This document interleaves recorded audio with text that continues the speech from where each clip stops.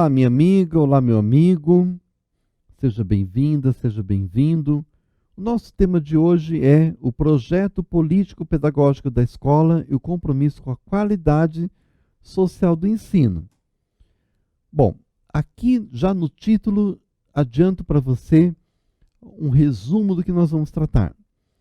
O nosso objetivo é ter uma escola de qualidade social. O que é qualidade social?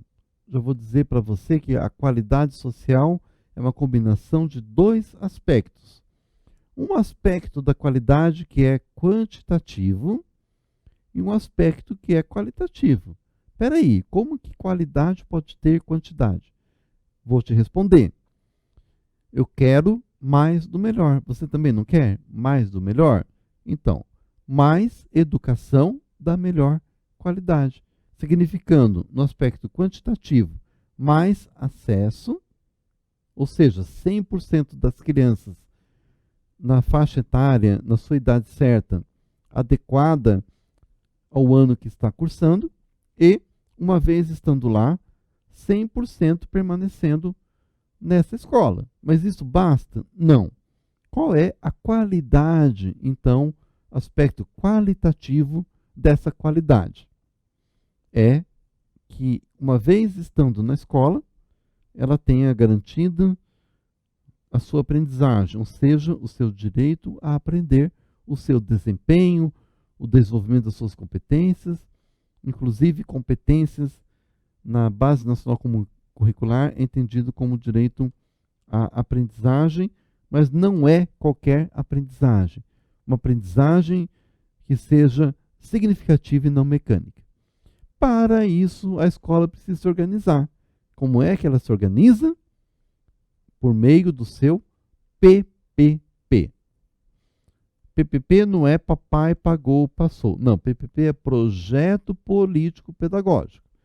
A escola tem que ter uma direção, ela precisa ter política institucional, política de currículo, e isso orientado para uma prática pedagógica com a finalidade comprometida com o quê? Com a qualidade social. Porque esse direito a aprender, que é o grande lance aí da qualidade social, esse direito a aprender vai se materializar onde? Com essa pessoa sendo feliz, exercendo sua cidadania, participando da sociedade, tendo um bom trabalho, realizando-se enquanto ser humano, vivendo e descobrindo cada vez mais o mundo e aprendendo ao longo da vida e por toda a vida. Vamos falar, então, que é a busca de mais e melhor qualidade da educação. Já definimos os termos, já sabemos onde queremos chegar. Essa busca da qualidade tem a ver com um contexto chamado reformas educacionais. E aqui eu chamo para o nosso debate a Rosa Maria Torres, na sua obra Itinerários pela Educação na América Latina, onde ela afirma textualmente: há duas formas de mudar a educação. Uma é pela reforma e a outra pela inovação. Em geral, as reformas vêm de cima para baixo, organizadas pelas agências multilaterais como o Banco Mundial, o BID, a Unesco, essas agências que dizem o que os países têm que fazer. E fazem isso colocando dinheiro, tendo como retorno obrigação de cumprir as suas determinações, seus pacotes. Outra forma é o trabalho cotidiano do professor, transformando os ambientes da escola, criando situações, soluções de acordo com a necessidade. Isso se chama inovação. Reforma e inovação fazem parte da mudança. Portanto, o projeto político-pedagógico da escola tem que ser um instrumento de mudança, porque a própria concepção da palavra projeto já indica que é algo que se joga para frente e não para trás, né? Não vai andar igual um caranguejo, vai ser algo para frente, bola para frente. E aí, construir o PPP significa organizar o próprio trabalho da escola em função dessa chamada qualidade. Mas o que é a escola? É importante destacar que a escola é o locus, é o lugar onde se realiza o projeto educativo. A escola precisa se organizar, pensando em seus alunos, que são os protagonistas. Para isso, a escola tem que se comprometer. Não existe uma escola de qualidade sem que a sua equipe, os seus professores, os seus profissionais, desde quem abre o portão até quem avalia institucionalmente a escola, esteja comprometido com a sua responsabilidade. Importante que o projeto político-pedagógico é o diálogo também entre a escola e o sistema de ensino. Nós sabemos que a sala de aula, o chão da escola, tem gente que não gosta dessa expressão, porque associa ao chão de fábrica. Então, esse elemento, sala de aula, está em uma escola que, por sua vez, está numa rede municipal, que, por sua vez, está interligado com o sistema estadual e o sistema federal. Eu fiz esse desenho para te mostrar que tudo está interligado e o PPP, Projeto Político Pedagógico, faz essa relação entre a escola e o sistema de ensino. Bom, vamos às conceituações. A primeira palavra do PPP é a palavra projeto. Né? Projeto vem do latim chamado projectu, ou prodicere, que significa lançar para frente. Nós temos projeto, e aqui tem a psicocinética, porque projeto tem que jogar para frente. Né? Plano, intento, desígnio. Projeto é uma empresa também, um empreendimento. Olha, eu tenho um projeto de uma empresa. Projeto está lá na Câmara, no Congresso, no Senado. Projeto de lei, que é uma redação provisória, está lá no Executivo também, com medidas provisórias. Projeto está na arquitetura, nas edificações. Plano geral de edificação. Projeto está em tudo, né? Tanto que essa mesma autora, Rosa Maria Torres, diz que nós sofremos de projetite. Ah, você tem uma ideia? Faça um projeto. Você quer fazer uma atividade na escola? Faça um projeto. Você quer reformar a escada que está ali, pintar? Faça um projeto. Ah, o governo quer fazer uma mudança? Tem um projeto. É projetite. Mas é importante dizer que projeto tem algo importante que é a intencionalidade. É aquilo que a gente vai realizar a partir do que se tem. Ou seja, nós vamos desenvolver o nosso potencial a partir do nosso mundo real e assim tentar fazer esse chamado projeto. Projetar é sair de um estado desconfortável e arriscar, lançar-se. Eu digo que projeto é uma ponte entre o presente e o futuro. Como será o futuro? Nós podemos imaginar. Podemos projetar? Sim, como nós queremos. Vai dar certo? Depende de qual forma nós conseguimos mobilizar recursos para poder chegar até lá. Bom, nós vamos atravessar um período de instabilidade e chegar a uma nova estabilidade através de um projeto bem definido. Projeto também é uma promessa, porque esse estado futuro a gente espera que seja melhor do que o presente. Como diz Teilhard de Chardin, um grande filósofo dos anos 1960, ele dizia que o futuro é melhor do que qualquer passado. Então, essa projeção tem que ser para algo de mais e melhor qualidade. O projeto político-pedagógico tem um caráter político e pedagógico. Parece redundante, mas tem muita gente que não acredita e até combate a visão política do projeto político-pedagógico. Ah, por que político? Aí olha torto e não entende que tem dois elementos importantes. Projeto educativo é uma promessa feita a partir de algumas rupturas. Como assim? Quando você entra na educação básica, alguém te promete, olha, você vai sair do ensino médio como um cidadão crítico, participativo, criativo, bem informado, que vai conseguir resolver problemas complexos da sua vida. Quem disse isso? A Constituição Federal e a Lei de Diretrizes e Bases da Educação Nacional. Isso é uma promessa, não é? Então, esse aluno acredita nisso. Pode não saber sobre isso, mas o sistema tem que fazer com que, por meio do seu projeto de vida, mais um projeto de vida está aí no ensino médio, começa lá no fundamental a ser discutido. Projeto de vida é uma promessa diante de rupturas, precisa sair do estado mórbido, do estado passivo e chegar no estado ativo. Portanto, a escola tem um projeto educativo como campo de ação possível desse sujeito protagonista, os atores e os autores da sua existência. Quando se diz projeto político-pedagógico, é muito além de pegar uma série de planos de ensino e fazer um pacotinho. Reuniu todos os planos de ensino de cada professor, fez uma publicação, é o projeto pedagógico. Não. Projeto é além dessa atividade. Projeto não é para fazer uma finalidade burocrática. O projeto político-pedagógico tem que ser construído por todas as pessoas em vários momentos e interligado com o processo educativo. Projeto, portanto, busca um rumo, uma direção, tem a intencionalidade com um sentido explícito da sua atuação. Tem um compromisso sociopolítico que é definido coletivamente.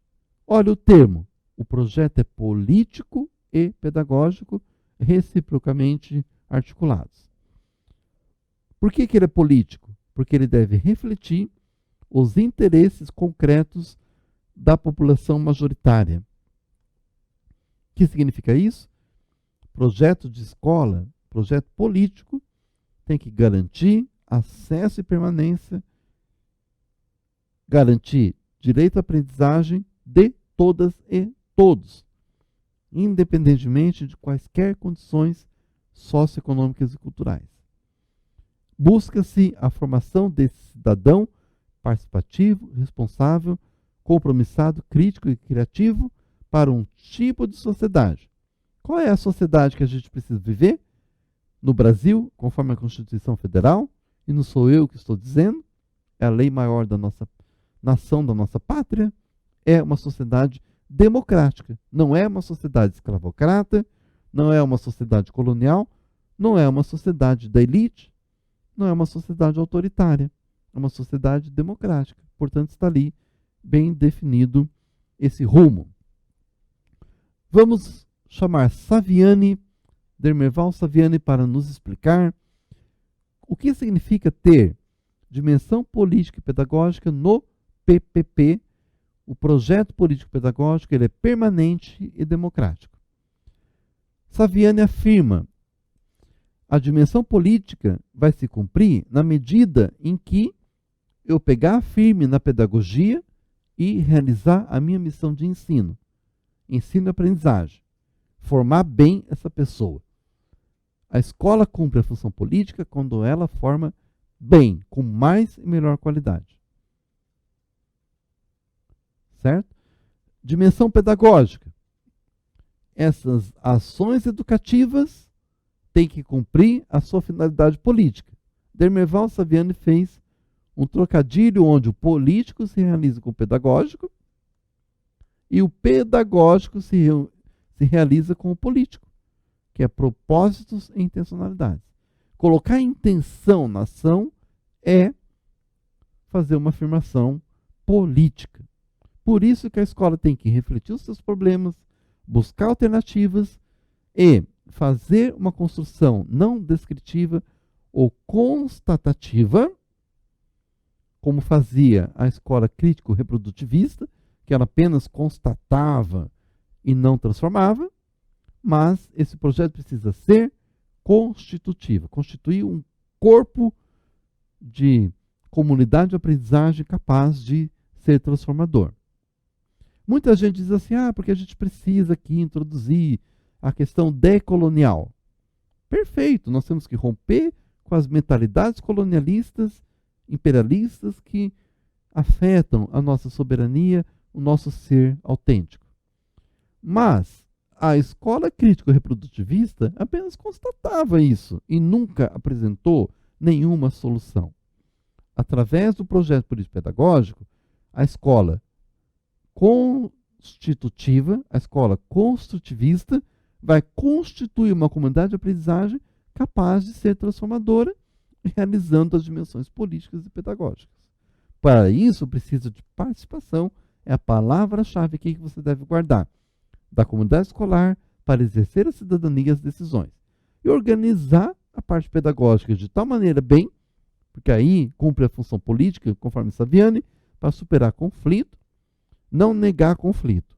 Não, jamais se nega conflito Conflito não é bom nem ruim. Conflito existe para ser mediado, eliminando relações competitivas, corporativas e autoritárias que caracterizavam o quê? Aquele período anterior que nós queremos abandonar. O período de uma escola sem sentido para a vida, uma escola sem função social, uma escola que forma pessoas passivas diante de uma sociedade dominada. Para isso precisa romper, e aí eu tenho certeza que a sua escola não tem nenhum problema com isso, romper o mando impessoal da burocracia, que permeia até hoje as relações no interior da escola, fazendo um contraponto, destruindo a fragmentação do trabalho, porque essa divisão do trabalho tradicional reforça a diferença e hierarquiza as deliberações. Projeto político-pedagógico abrisse a democracia. PPP organiza o trabalho da escola em 2 níveis, a escola como um todo e a sala de aula. Nós vimos que é uma concepção sistêmica, ou seja, essa escola vai se realizar aqui no seu micro-universo em relação a um sistema nacional abarcado por um pacto federativo. Federação, Estado, município, escola, sala de aula. Organiza a escola e organiza a sala de aula, relacionando com o contexto imediato, o microsistema local, procurando ter a visão da totalidade, a visão da organização da sociedade democrática. Então, quando diz aqui sociedade, vamos colocar aqui que é uma sociedade democrática, não é uma sociedade autoritária. Quais são as possibilidades efetivas de se criar um projeto político-pedagógico construindo com essa dimensão? A escola tem uma autonomia, não é? Ela tem uma autonomia relativa. Não vamos riscar aqui a autonomia, não, porque ela é muito importante. A escola tem uma relativa autonomia na sua capacidade de delinear sua identidade. Bom, essa nossa escola é o quê? É uma escola quilombola? É uma escola indígena? É uma escola da perifa? É uma escola de centro? Qual é a identidade escolar? E pensar uma nova organização, mas entendendo que, mesmo sendo privada, a escola é um espaço regulado pelo público. Tem que ser um local aberto ao debate, ao diálogo, fundado em uma reflexão coletiva. E o professor trabalha nesse sentido coletivo e os pais e familiares participam e os funcionários também se integram. Essa escola tem que ter um compromisso de rede, um compromisso que organiza também os demais serviços das políticas públicas, organiza a assistência quando a criança precisa, a saúde quando está doente, a habitação, o transporte escolar, organiza também os serviços do Conselho da Infância e da Adolescência quando precisar, os juizados da infância, ou seja, compromete-se com uma rede de apoio ao aluno, porque esse aluno não é apenas um estudante, ele é um cidadão que está se formando e precisa ter políticas descentralizadas de atendimento. Vamos falar aqui de alguns princípios norteadores do projeto político-pedagógico. São 5 princípios aqui que nós temos que observar. O primeiro princípio é o princípio da igualdade de condições para acesso e permanência na escola. Bom, o que significa isso? É o aspecto quantitativo da qualidade, acesso e permanência. Segundo aspecto, que estando na escola, em decorrência do primeiro, tenha qualidade formal, conteúdos, competências, currículo, qualidade social, que é direito à aprendizagem, política, que é formar-se como cidadão.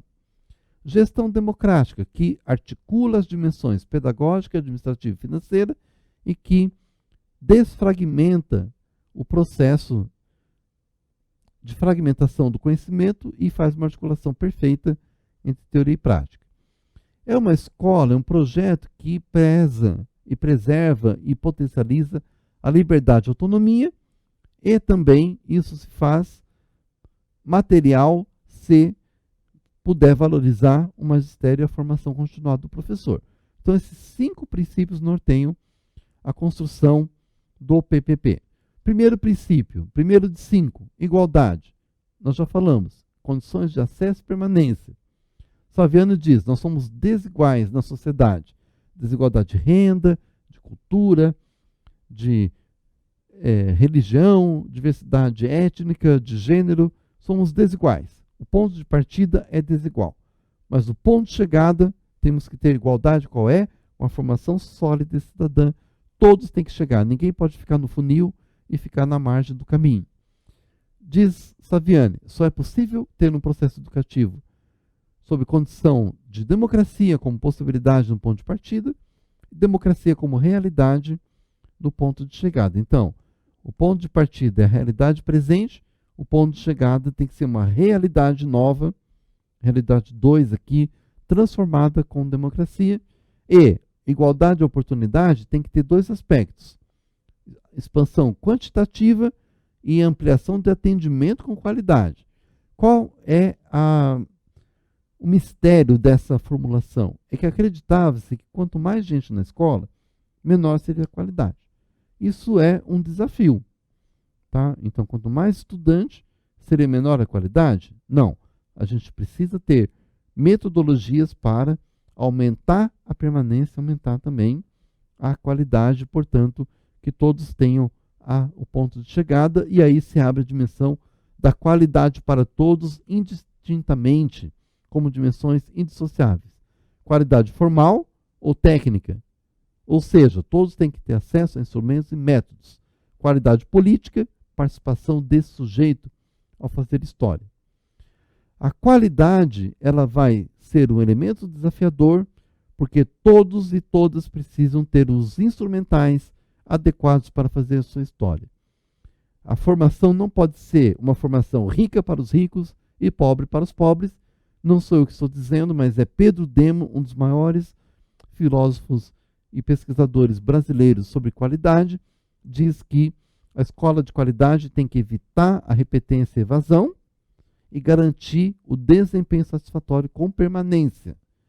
Não adianta a pessoa reprovar, permanecer estagnada. Qualidade implica consciência crítica, capacidade de ação, saber e mudar, diante do cidadão que se deseja formar. Pedro Demo diz ainda, não há qualidade social da educação se tiver um educando fora da escola. Então, se o Brasil está em 99% de matrícula, não está ainda com qualidade total, qualidade plena, porque tem uma pessoa fora da escola. A questão central é formar esse educando para autonomia. Acesso e permanência quando entra no processo. Na roda gigante, lá dentro da roda gigante tem que ter seus direitos de aprendizagem para quando sair, estar ali formado na intenção desejada de um sujeito que possa se virar no mundo com competência, com criticidade e com participação político-social adequada. Terceiro princípio de 5, a gestão democrática é um princípio constitucional, envolve articular a dimensão pedagógica, administrativa e financeira. Para isso, precisa romper com o quê? Com a burocracia, com o estado de atraso, com a exclusão, com a reprovação em massa, com o funil, que joga muita gente pelo caminho, de forma seletiva, excludente. Esse aluno precisa estar na escola evitando e reduzindo a marginalização da classe popular. Para quê? Para ter um compromisso de educação com as classes populares. É preciso, para isso, separar e romper com a separação da concepção e execução, ou seja, não é o diretor que pensa e o professor executa, não é o professor que pensa e o aluno faz, não é o professor que fala e não coloca em prática, ele só diz e não testemunha. É preciso resgatar o controle do processo pelos educadores. Educador não pode ser massa de manobra que seja manipulado pelo diretor. É preciso repensar esse poder na escola para socializá-lo, participando coletivamente, superando esse individualismo. Aqui você deve estar pensando como é a sua escola, exatamente isso, precisa mudar essa situação reciprocidade superando a exploração e solidariedade superando a opressão. Com isso, nós já falamos de 3 dos 5 princípios do projeto político-pedagógico. Espero que você reflita sobre a sua realidade, possamos voltar aprofundando a partir daqui o que significa na prática e na teoria uma gestão democrática no contexto do projeto político-pedagógico, tendo em vista a qualidade social. Espero você, até o próximo encontro.